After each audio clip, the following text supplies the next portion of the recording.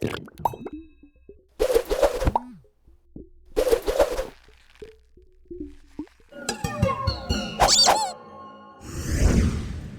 welcome back. Yeah. We got a great interview lined up for you. We have Carrie Hartunian-Smith with us. How you doing, Carrie? Great. How are you guys? Carrie's not only a longtime friend, but also just a real great implementer and student of ours. She's got number one best-selling book, 3 in the works. She's got 4 or 5, I think you've done for your clients now, and 4 more in the works. So you've been busy since the last time we talked. Tell us a little bit about what you've been doing over the last couple of years. Yeah. So let me just back up real quick. 4 of those 5 client books are international bestsellers. So I'm pretty excited about that for my clients. That was a great achievement in different countries. So I was in corporate America for about 20 plus years, and about 3 years ago branched off on my own and started consulting. And originally when I started consulting, I was going to work with businesses on their operations, and just kept getting pulled into a lot of marketing panels and questions about marketing, and really immersed myself in the last 3 years on the latest and greatest of what's happening in technology, and now I'm serving my clients in a marketing capacity.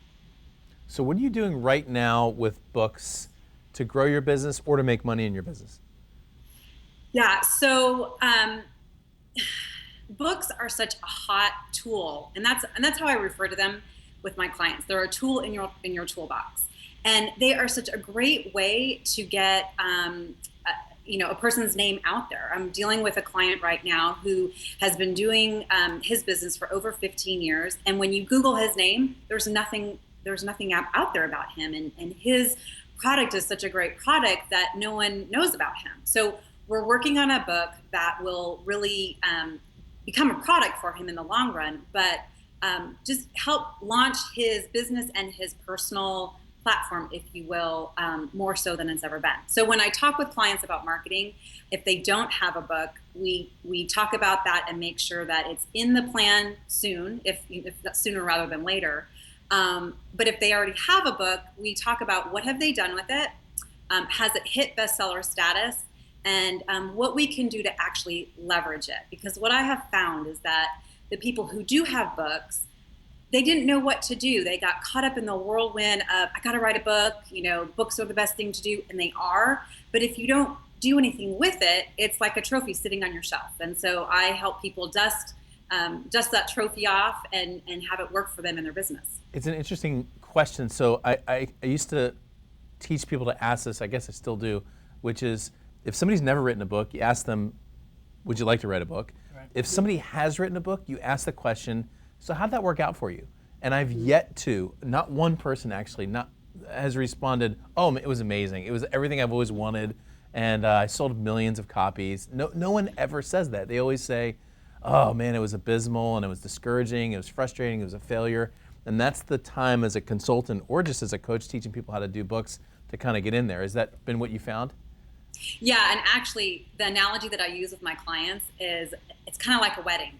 You put all this preparation into planning your book, deciding what your book topic's going to be, writing your book, picking the title, the subtitle, and so that's like the prep of a wedding. And then no one shows up to the wedding, and you're like, why didn't anybody show up to my wedding? No, good. I'm sorry.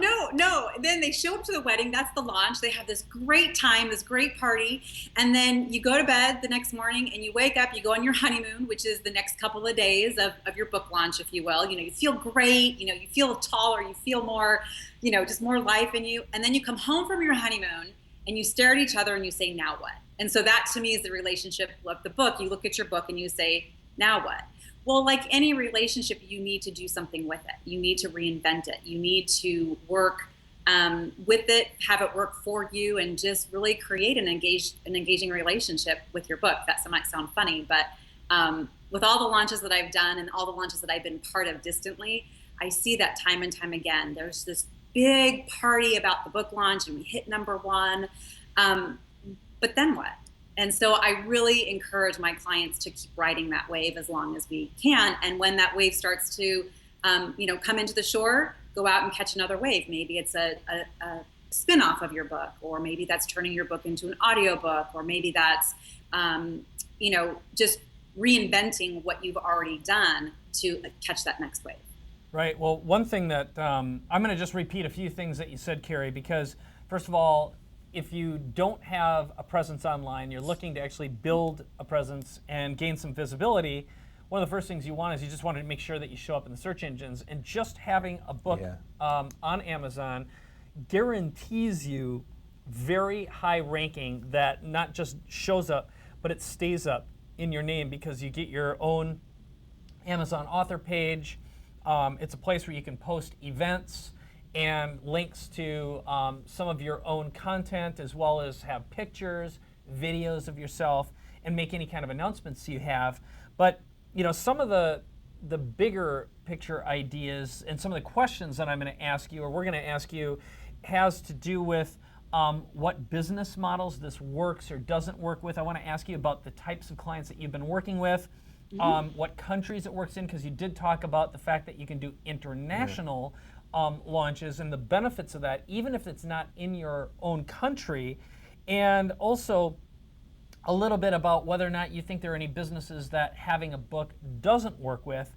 And the last one that I'm going to ask about, and again, I'm kind of pre-framing these questions so you understand where we're going, which is, yes, you can use your book either repurposing existing content you have, and also being able to take your book and turning it into different content.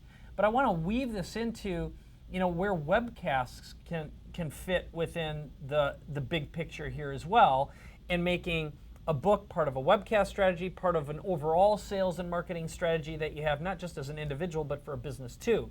So with that, one of the things that I think I want to ask on behalf, because I just know where the chat's going right now, because some of the chat questions are, okay, where do you get clients? How do you find them? How much do you charge? Those kinds of things. But let's just talk about businesses that you're finding it's working with. So what have been the clients that you've had so far that you have managed to push to #1 bestseller? And where are you finding these people? How are they hearing about you? So a lot of doctors. I've worked with a handful of doctors and professionals. So a recent book launch I just ran was for, actually he's a relationship expert for doctors. So it just keeps coming back to the doctor world, primarily for myself. Okay, and why is that? Did you just happen upon it, or where did you pick these people up? Well, networking at events are huge for me.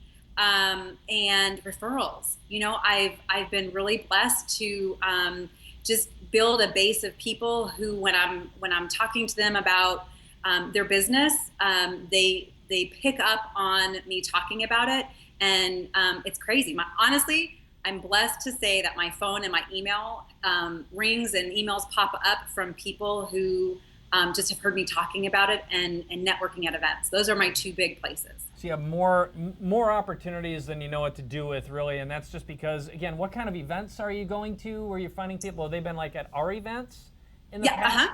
Yep, your past events and some other different marketing events that I've gone to on the East Coast and the West Coast. And so many people are searching for being able to get their name out there. And this is just an easy point of entry. That's what I say to people. It's just once they understand and once they have someone to walk through it with them, it's not as overwhelming for them. Great. I was going to say, I'm just going to give you some credit where credit's due, because you just said, my email, and then my phone rings off the hook. And the tendency as you're watching this is to think, well, man, I wish my email would just explode and my phone would ring off the hook. Now, you were here, Carrie, for about a year and a half, maybe 2 years ago, and we actually spent some time together, and Mike also spent some time with you working on getting your promotions in order. And so to give credit where credit is due, the reason the phone rings and your email is going off the hook is because of what you did to make that happen. Yeah. That happened as a result of something, right? And so that's what you're talking about, networking, getting to know people, having people refer you, like, for example, the latest deal you just told me about was a prior client, actually, who's referring a current client to you for a pretty good amount of money, too, if I remember. Yeah, it is. And this was another one that just popped up, is through a referral, I hooked up with a ghostwriter. And they have sent me 3 referrals in the last week and a half, because ghostwriters just are putting the books together. They know nothing about the marketing end of it. And when I did a book launch, she called me afterwards and said, hey, do you have a price list, because I have a lot of clients who we just do the books for, and we've seen what you've done, and I think that they would really benefit from you. So, so let's talk about money. Yeah. Yeah. Okay. Yeah. Because that's a perfect segue, which is, again, just to repeat what you've said, which is just doing a book once for yourself gave you the credibility, so then people would say, hey, will you do it for me? And it's like a snowball, and then a referral leads to another referral. In this case, you've got suppliers coming to you who, like a ghostwriter, it's going to be hard for them to get a ghostwriting job if there isn't someone who's going to help with the marketing, which is, again, a big part of this. So let's talk about what you are currently charging and what you started charging back when you did your first book project, because I think that's always a good contrast question, right? Yeah. Okay. So I'm embarrassed to tell you what I first started charging. Well, start with what you are now, and then we'll go backwards. It'll sound a lot more impressive. No, that's okay. I'll answer it. But I just want to back up real quick, and I'll answer your question, Mike. But I want to share this with you. A year ago, I was going to events seeking out people to handle the book piece of the book piece of my business, because I didn't want to do books. I didn't read books. I didn't necessarily want to be in that world. And I was part of an event which, walked us through and really helped me see and understand the process. And I actually went there to meet people so I could team up with them. And it was the best thing I ever did. It was a year ago, August. And that helped me myself see that I could do this. And it truly, truly, truly, when I look at all of the events that I have been to and all of the tools that I have learned, this by far has yielded me the most revenue in my business in the last 11 months. So having said that, the first book deal I did, it was just a launch. I didn't put the book together. It was just a bestseller launch. I charged $400. And I thought I was ripping this guy off. Like I was one of those $400 kind of under my breath. And then I went through the process, and the value that I created for him long term, I was like, oh my gosh, no, he got such a steal. So my prices slowly but surely would increase. And it really depends upon what I'm doing for a client. If I'm just doing a base bestseller launch, not international, but just base launch with a little bit of PR, and by that I mean I help them understand what to do with the rankings when they come in and how to toot their own horn, if you will. My packages start at $3,500, and they go up from there. What's your biggest package right now? Yeah, the biggest package, which I'm reevaluating, but I already closed the deal, so I can't reevaluate it. But that biggest package is $25,500, and that's $25,500. Yeah, $25,500. Yeah, and that's book creation, coming up with opt-ins and marketing, and the marketing that I do in my packages lasts 30 days after launch. And that's not international. The international is not included in that. That's more than $400. Yeah, just a little. I'm not really good at math, but that one's more. Yeah. That's fantastic. And that was just from December to now. Wow. Well, so from December to May, because I started talking to this client in May about the contract. Wow. So it's in 5 months, you went from 400 to 25,500. That's great. Yep. Well, that just goes to show. So let's talk a little bit about, since you first went through the book creation process with us when we did our first product just a couple of years ago, to now, what are you seeing that's changed in the market? And then I want to get to some of the success stories that you've heard your clients talk about. Maybe I'm going to go there first. Now that I think about it, I want to ask about, with the clients that you've worked with so far, there have been a total of how many clients that you've helped with their 5. books? Okay, so out of the 5. 5 that are launched. 5 that have launched. Great. So, and you've got other ones in the process right now. So what kind of changes in their business? So there's going to be a certain number of people who are watching this right now saying, I just want to use a book to help me get leads, build my audience, engage with my existing audience or grow a new one, close bigger deals, build a list, be able to sell my information products or my products and services. And then some people are like, hey, I'd like to do what you're doing, Carrie, which is I want to be a consultant too, or in addition to. But I'm curious, what have been the most profound changes in some people who've done this with you so far in terms of the results, like deals they've closed, lists they've built, how their business has changed or evolved, just in terms of raw money results or even tangible or intangible results?